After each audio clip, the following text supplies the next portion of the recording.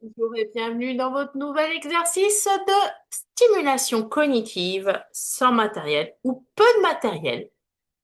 On est jeudi, bienvenue pour les petits nouveaux qui nous rejoignent. Alors, j'espère que votre challenge de la semaine dernière s'est bien passé. On est parti pour un nouvel exercice. 3 niveaux de difficulté, une variante pour les douleurs articulaires et un challenge comme d'habitude. Je vais vous proposer un jeu qui paraît très simple, mais qui peut stimuler la mémoire, le langage et la créativité en même temps. Et vous savez quoi? Vous avez besoin de rien.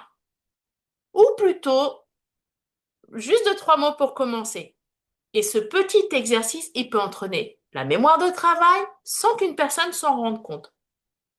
Pourquoi? Parce qu'il faut savoir qu'un cerveau, ça adore faire des associations d'idées, ça adore faire des liens. Et quand on lui demande de continuer une histoire avec seulement 3 mots, il doit garder l'information en mémoire, créer une association logique, formuler une phrase, imaginer une suite cohérente. Donc c'est un enterrement complet, mais complètement ludique, puisqu'il renforce la confiance parce que il n'y a pas de bonne en fait ou de mauvaise réponse. Tout le monde a des idées et personne n'a forcément les mêmes. Et donc ça crée des connexions, de la créativité et peut-être fois même des fous rires. Et ce type d'activité, c'est particulièrement intéressant parce que ça maintient l'agilité cognitive. Alors, matériel, comme je vous ai dit tout à l'heure, il n'y en a pas. Après, si vous voulez, vous pouvez prendre une feuille, un stylo pour noter. La chose dont vous avez besoin, c'est un espace calme, propice à la concentration et une autre personne pour jouer avec vous, ou encore un petit groupe si vous êtes en EHPAD ou en famille. Alors, l'exercice, il est relativement simple. Donc, le niveau 1, c'est de la découverte. L'objectif, c'est de créer de la sécurité et de la fluidité. Alors, règle de base, pas de limite de temps, pas d'obligation de cohérence parfaite, des mots simples pour encourager la spontanéité. Et ainsi, vous allez activer le langage et la mémoire de travail sans pression. Ce qui est important, c'est de valoriser chaque proposition. Nous sommes d'accord? Alors, exercice 1. Prenons 3 mots. Par exemple, jardin, ballon, verre. On décompose. Jardin. Qu'est-ce qu'on trouve dans un jardin? Bah, peut-être des fleurs. Ballon. À quoi ça sert un ballon? À jouer. Vert. Qu'est-ce que c'est vert? Une couleur. Voilà. Et ainsi de suite. Bah, une fleur. Une tulipe. Un jeu. Des dominos. Une couleur. Du rose. Et ainsi de suite.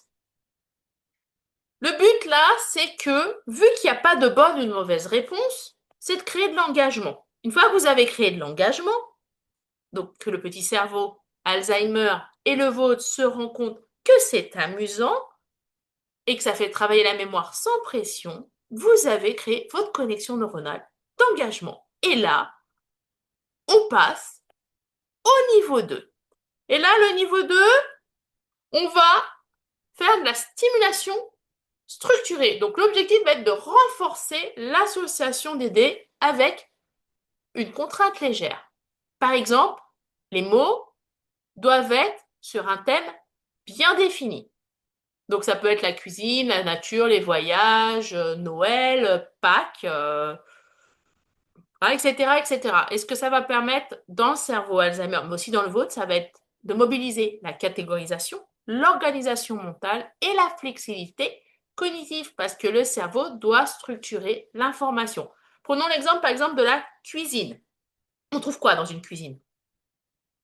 Bah, des fours, des bols, des assiettes, voilà, des frigos, de la nourriture, etc., etc. Donc là, le but, c'est de tourner dans tout ce qu'on trouve dans une cuisine. Mais après, vous pouvez même forcer un petit peu la chose, par exemple, en étant que dans ce qu'on met, par exemple, sur la table au petit déjeuner. Donc, couteau, fourchette, cuillère, tartine, bol, cafetière, etc., etc. Le but, c'est juste, comme je vous l'ai dit tout à l'heure, de renforcer l'association d'idées. Alors maintenant, on va faire le niveau 3. Alors, le niveau 3, Il est un petit peu plus compliqué, mais pas trop non plus. Et donc, le seul but qu'on va faire, c'est de travailler la mémoire de travail un peu plus intensément en ajoutant une règle supplémentaire. La nouvelle série de 3 mots va devoir reprendre le dernier mot précédent. Ou vous pouvez aussi, sinon, en variante, limiter à 10 secondes par tour. Alors là, il faut avoir un petit cerveau qui carbure quand même. Ou inverser l'ordre des mots sans en choisir un autre. Et ça va du coup stimuler l'attention soutenue, l'inhibition et l'adaptation rapide. Prenons un exemple tout simple. Bien sûr, vous faites toujours ça dans la bienveillance. On va prendre Noël. Noël, ça vous fait penser à quoi? Au sapin, au cadeau, au Père Noël. Donc, il me faut 2 mots. Parce que le dernier, c'est Père Noël. Donc, l'association Père Noël, lutin, bûche. Bûche, dessert, glacé, etc., etc., etc. Alors, une version douce pour les personnes ayant des douleurs articulaires. Eh ben, c'est tout simple, en fait. La personne ayant des articulaires, l'exercice, il peut être entièrement oral. Il n'y a pas besoin de gestes, il n'y a pas besoin d'écrire. Et on peut aussi faire encore plus doux. Si bien sûr, il faut que la personne soit capable de vous répondre ou que vous ayez un petit jeu de cartes de communication sur les objets de la vie courante. Il est en préparation sur alzheimer.com, on ne l'a pas encore. Et là, ça va être que la personne, elle peut écouter les 3 mots, imaginer mentalement la suite, parce que le fait de réfléchir, ne serait-ce qu'à la suite de ces 3 mots, la visualisation active, elle va permettre quand même d'activer les circuits du langage et de la mémoire. Et vous pouvez bien sûr aussi faire l'exercice en petits groupes. Comme ça, vous réduisez la charge cognitive individuelle. Parce que l'objectif reste le même, vous stimuler le cerveau sans se fatiguer.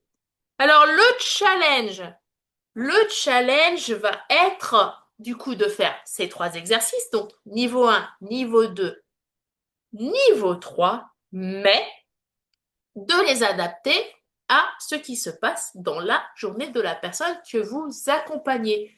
Donc, par exemple, le petit déjeuner, c'est un très bon exemple, puisque ça va se répéter tous les matins. Ça va vous permettre d'instaurer une routine. Et donc, qu'est-ce qu'on met sur la table au petit déjeuner? Vous pouvez faire pareil, par exemple, aussi pour qu'est-ce que je dois mettre pour m'habiller. Donc, pensez aux chaussettes, aux bas, aux sous-vêtements, aux maillots de corps, aux chemises, aux pantalons, aux chaussures. Vous pouvez aussi faire ça sur, par exemple, des recettes de cuisine simples. Par exemple, une omelette. De quoi j'ai besoin pour faire une omelette? Voilà, en fait, un exercice comme celui-ci, il peut paraître très simple, mais il entraîne la mémoire, la créativité, comme je vous l'ai dit, la capacité d'association, la fluidité du langage et permet de récupérer du vocabulaire. Et surtout, ce qui est génial dans ce type d'exercice, c'est que vous créez un moment de partage parce que l'association d'idées de l'un va pas être l'association d'idées de l'autre. Et du coup, vous pouvez voir comment fonctionne en face le cerveau qui est avec vous. Moi, par exemple, j'adore faire cet exercice en version intergénérationnelle parce que les enfants ont une imagination absolument débordante et peuvent vous sortir un mot qui n'est absolument pas prévu dans votre tête, mais qui est possible. Moi, je sais que par exemple, on est passé sur les couleurs et au moment où j'ai dit rouge, eh ben, le garçon, il m'a dit le nez du clown. Alors qu'au départ, on était dans la nature et dans la forêt. On est passé de cela au cirque. Donc, vous voyez, c'est très chouette. Donc, si vous voulez d'autres activités simples et efficaces, abonnez-vous à la chaîne. On se voit jeudi prochain à 15 heures parce qu'ici, on stimule le cerveau, mais surtout, on crée du lien, même quand la mémoire flanche. C'est ça la méthode lien. À jeudi prochain!